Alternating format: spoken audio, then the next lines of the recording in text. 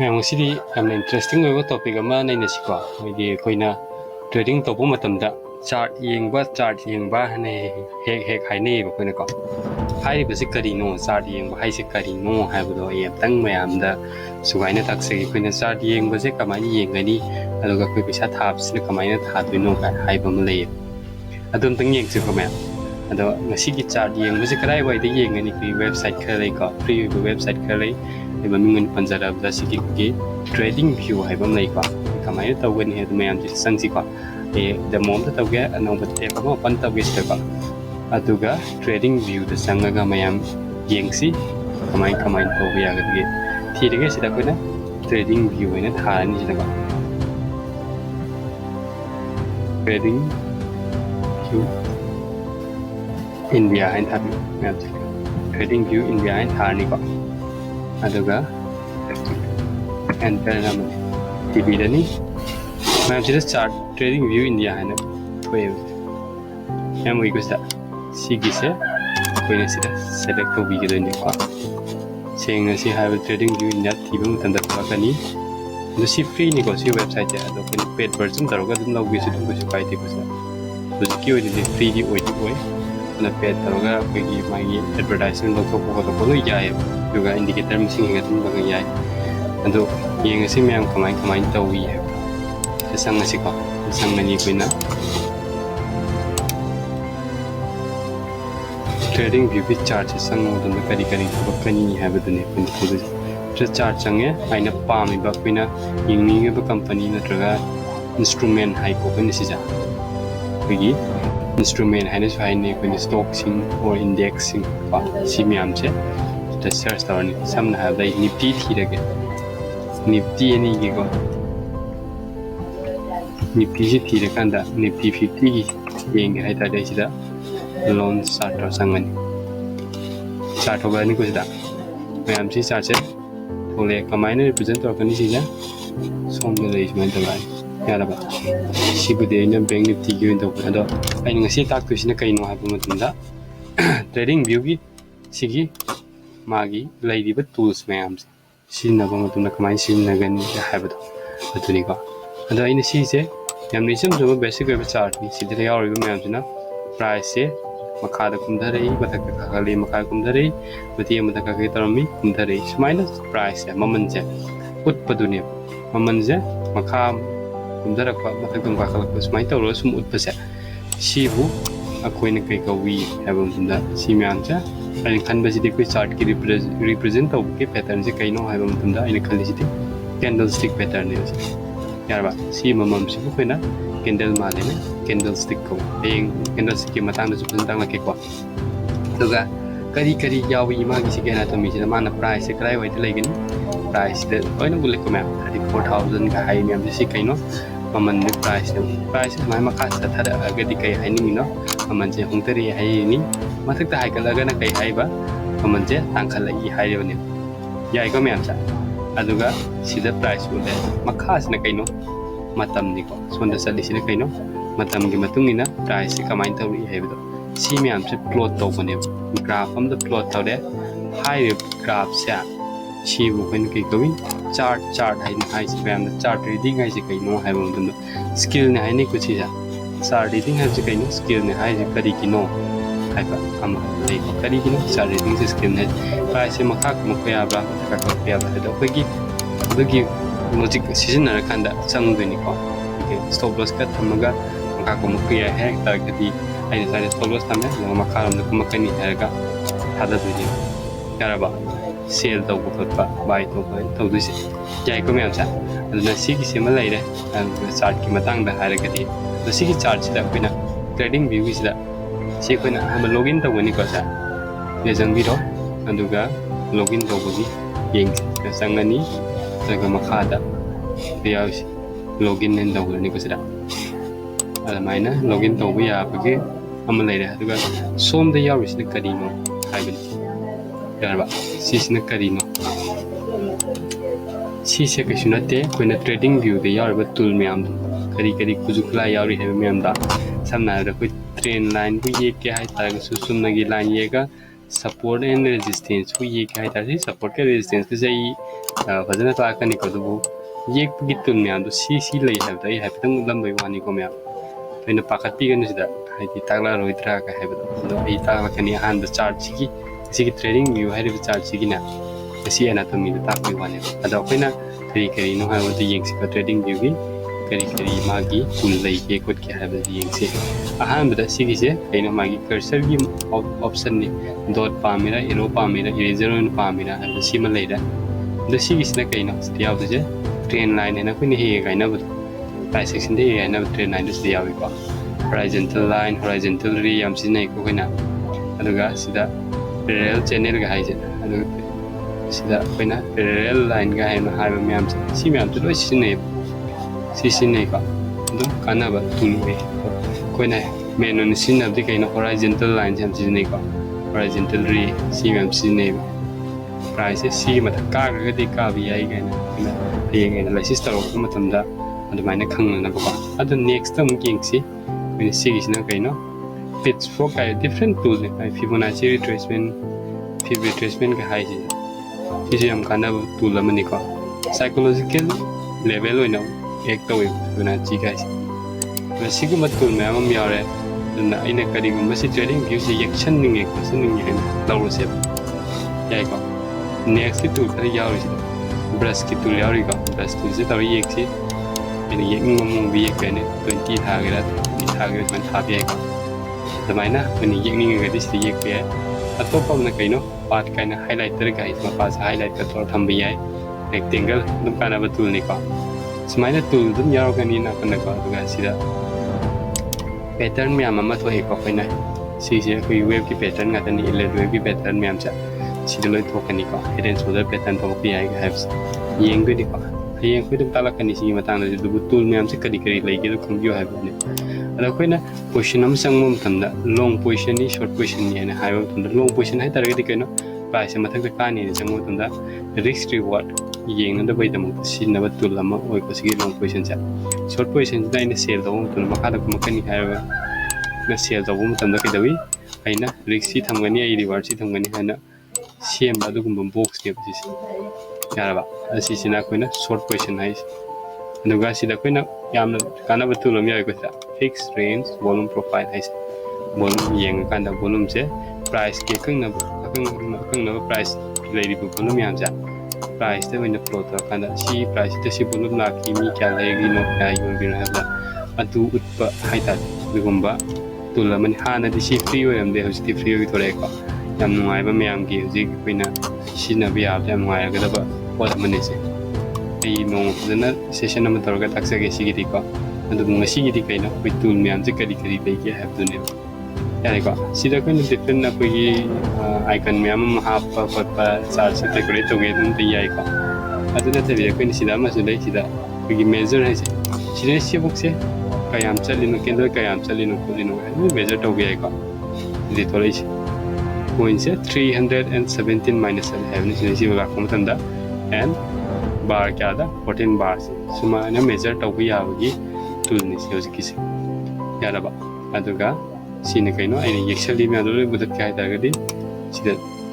सिगिदा dustbin ये कुछ मुथदा मुख्रे को साइ नि एक्चुअल में हम ता ट्रेन नाइ जे कमाइ ये कनी गा जे आइ नो संताक सगे दबो सिदा ना मथक किस थु इसे कइनो टाइम फ्रेम नि को जा टाइम फ्रेम नि करी टाइम फ्रेम अनि सिना टाइम फ्रेम में अंदर सिदा ऑप्शन बवनी फेवरेट तो कंदा अदुबु टाइम फ्रेम से करी लेगे से खमने खनगदगी है येंग से फसदा अदुना किना टाइम फ्रेम येंग गाय तागदि सी मखा सिंग दरानी लोगसिदा टाइम फ्रेम अंग पांग टाइम फ्रेम याम यावरानी अदुबु सी के Ahaan time frame 30 second guy जी पेड वर्जन नतदि यावदे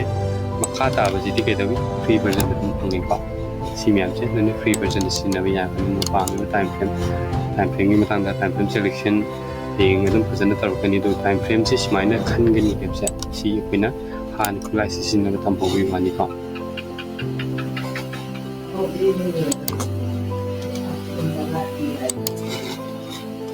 दुगन नेक्स्ट दि कइना आइना कैंडल पैटर्न होइगेदा बार होइगेदा सी कइ होइदनो कैंडल पैटर्न होइदनो बार होइदरा कान खनबसे सिदा आइना बार खनि हाइ तादि सी पैटर्न से कैंडल की मुहूर्त कई थोलकनी बार ने सुमाय तो बार थोलकनी सुमाय तो बार में थोलकनी अदु हैनद्रगदि कोई नम कई दोबे कैंडल स्टिक पैटर्न से याम पॉपुलर है कैंडल स्टिक पैटर्न से कोई तुम सिनबे आइको अदुबु कोई हयेंग कोई VSA की कंसेप्ट प्राइस एक्शन नहीं नरको तुमदा सिगी असगी बार से खा 20 सिनकनी को अदु कोना तो मतंग साल लाके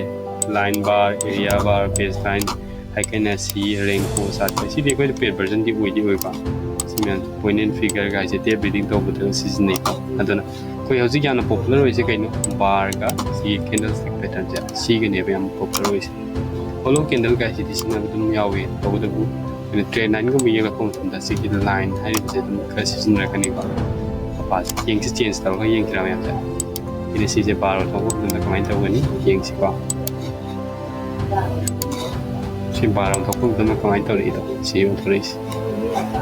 मतलब सी आइना मु होलो कैंडल तो तुमना तो मसागी आइना मथक कारिबा कैंडल से सी कोइना बुलिश कैंडल हैना कवि को कोना फजन थमसी अदुदा असंगबो ओइगदबनी मेनली को आइना बुदि मोहनबे वानी सीजे असंगबो ओइबदो केदवी पाम खाजा होलो ओइ बेटा तदो दा बदना ngang बाना फील तो बेटा स्वाइन तो ओइ गाबा दा तो पकिनल के देखि हाइबनी लाइन स्वाइन लाइन ओइ चप प्राइसेस में कुंदरी का खली गाइब सिनो इन लाइन ओइ चप दुगा मनम कइनो एरिया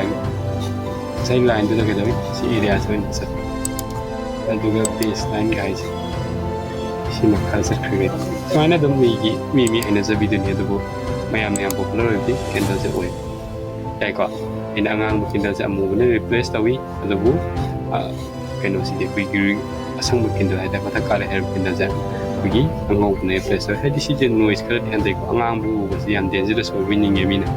अदुना केदवी असंग अमुबोइना तोरगा आइकी ट्रेडिंग डिसीजन मतमदा याम बिशु अनबाइस ओइबि ट्रेडिंग डिसीजन लौबो ngमननाबा इन मसुजे किदं इगोन साना जब थोकसाबनि कसा द सीमा लाइरे ngasai ko nakanda star ma ga mum half you the favorite to ko ko kai re favorite to ko kana bus kari no ha tunda sida ko na floating widget am to kani ai ngasai favorite half you mem do sim sin ne gu mem da sida yaro met ana any chonda ngasai gi sida thi to thina doi chak pudi kamai to ni sida yam lai na ko na hek ko na pa ma mu dum phanga ni sida ya ba teng ying si kamai le dang bi ha na ya ko nakanda sing ji ka कोई train line का किसी star line का नाम याव star जब तो मतलब समाने फ्लोटिंग विचेट उन्हें फंगनी हो अदुना यामना सिदा थीदना लेबे मथौ तादे हयेंग पिना यामना ट्रेडिंग चैंपियन तो को तुंदा थीबो को तो बदा किस तो यारे को मैं सिमा लाइले अदुगा कोइना अतोप कई कई इंडिकेटर ga yam ngौना बनी इंडिकेटर ga हाइसे इंडिकेटर का पलकुम सिन के इंडिकेटर थी का मचाना जनि का याम थी बने बसे यारबा अदुना सिगी इंडिकेटर हापम जे काय वाइदे नो हाबा तन स्टे लेको कोइन इंडिकेटर की लिस्ट खरा लाइरा इना हाना हापको सिदे यंगो इंडिकेटर की लिस्ट खरा इना हापेको सिदा इन फेवरेट ओइबा इन नमाइ जे इंडिकेटर में इन फेवरेट और सला हातन मनी आइगी इन पाइन स्क्रिप्ट रो एडिट तो मे हम सिदा नबजरी बिल्डिंग इंडिकेटर हाना लेजब इंडिकेटर में हम लेको पब्लिक लाइब्रेरी में हमने इंडिकेटर से सेमबे है कोई सी ट्रेनिंग बिगिदि इसान साना जब इंडिकेटर सेमबे है तुम याम दा तुम सेकंड तो भी है ये एक्स्ट्रा में पब्लिक इंडिकेटर से कहीं याव के साथ क्या को ये से कमें पब्लिक इंडिकेटर संगे मैं हम ले इस इंडिकेटर अपाम तुम खल लगा नंग साना का इंडिकेटर में अदो इंडिकेटर तो यहाँ फोकस तो उन्होंने प्राइस सेक्शन तरो कंदा प्राइस सेक्शन में तुम इना कोई नहीं नगनी पा बेदों में कोई ना इंडिकेटर है ना दो वॉल्यूम प्रोफाइल में याव वॉल्यूम प्रोफाइल पेड वही पेड तक दिया थी पेड पर प्लान ओपन है ना कल चंगी जिला था भाई चाका थी बस संगे अदुना तक दिया पेड तो तब तो बुक पैसे कहीं तो फ्री डिसीजन भी है साइड कोई नाम हाई गिफ्ट का वाइड यावी साइड वाइड यावी बने फिक्स ट्रेन फोन प्रोफाइल है नाम यावी तो तब का एक सेशन नंबर हाफ के को अदुना सी की होने दिख लेनो चार्ज कमाइन ले इस ले आउट कमाइन ले है अदुना इन उन्नीस सी यार इंडिकेटर हाप से माहिर दुगा इंडिकेटर से मखन यावना पाम मैम तो सिलोन हाप यारे दुगा सिजना फंडामेंटल कोई एनालिसिस तौनिंग बा लेरगन सिदन तो भी है दु इंडिकेटर की टेम्पलेट सेम बे को इंडिकेटर से कोइना मैम पुंजल कॉम्बिनेशन के सेम बे सिबन इंडिकेटर टेम्पलेट है दुगा alert haisina kaino haba matanda price se swai ro matanda ayu bu kinamtang notification namtang pibir uga haba sigi price la chida tawni yara ba bar ji replay taraga dum mayam da teaching tar su yai ko hanu khina sida save to be chart che ine thamgiba layout se save to be ta de ingos mandum save to ta on save to be ko new chart da ora save to be hai tar ga de no ga hing trading view setting chang gi hai tar ga ding se ka setting symbol gi ngasai gi koina color si so ko se lo ya ina body mayam da hana sangam ba ja si hana sanga lai rami si na nga lai rami si mayam da chu chaina tam tam sin to si so thok ne pe ga nuai je ga tam ma chu do ko ni ya la ba ada hing candlestick ki matang na tang la si tum khang ki ni ko appearance ka main to si appearance yeng si ko aduga si appearance num ka main to wi yeng si namjal lage appearance si da koina background se gradient noi tham doira solid color tham dai gradient noi tham pa makha wai sina color si ki se gray sa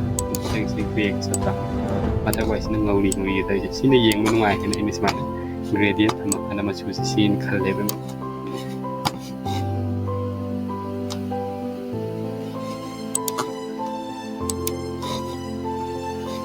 si ma le trading event si atai ke su tu do ma lu ke chu oi tre ko aduga aina chart se publish to ga hai ta si chart se publish to ni hai ta ga de publish to the publish idea sim to de record video idea kan record to ga dum bi trading video dum tal thagat pi ai ko adu si ma lai aduga sida yamna fajaba yawi ko fajaba kai no ha bi ying ni sida watch list ai na yawi ana watch list ai na koi gi sida instrument kara aina pami ba trade to ni ba instrument kara jab chala thamane hapas comment hapani excuse da so koina plus sign am yawi ba plus sign jida nambi ang am plus sign jida namma gi yengsi ina hapning ba instrument kari no ana la ni SBI hamning SBI gudi han yaramani ba ICICI hamning kalje ICICI be hamning ba ki hamning hai ta ga di kai dong ni ICICI bank ha ga ni hana hapchala len si plus am yaw si plus si da namjan bi ni pa duwa sai ki gi watch list si thola ni kari go mai ne si ki je change to ge search am change to ge tata motor change to ge ta ri sina namjala ni tata motor gi chart or layout to sema aduga aina SBI card to change to ge na SBI card tum nambi rani yam line thola kra sa smaina koina yam line na koi chart to thok ya na na ba process ki ta ge ta di process ki ta nambi rani chart se yam line thok ya ni na aina yam line change to ge aduga sida ina time frame change to sing favorite to ge ko sa na kanda si favorite to ga ni ke no si me am so no thola ni am thun kan bi ani na 5 minutes change to ge ta di and change to 15 minutes change to ge ta no 15 minutes change to ge aduga ina atop keno ma ta to ge bi HDFC bank ta ge ta di HDFC ri kan sala sa sa thok ra sa adu ni si gi ma tu ge am sa yam na khang bom so ma thok tai aina 5 minutes tum ge 3 minutes tum ge thar pa to ye bi ya do koina smile taraga simalai do HDFC ki koina market se open tawri kusda market open tawri PBL as market um chatli ni ko 1419 as my price ni so exactly seeing ki ko 1419 price ne manam se chali sing da bi smile tar pa ga ki le click chin number kan sa sing da ko da price kai de ni ya ra ba ai wai dis mulai sidau je price link de bi de kar ba de ni ko la ai de price ma ta de pa ni hai ta ga di then me to che buy to ni ke do ni buy ni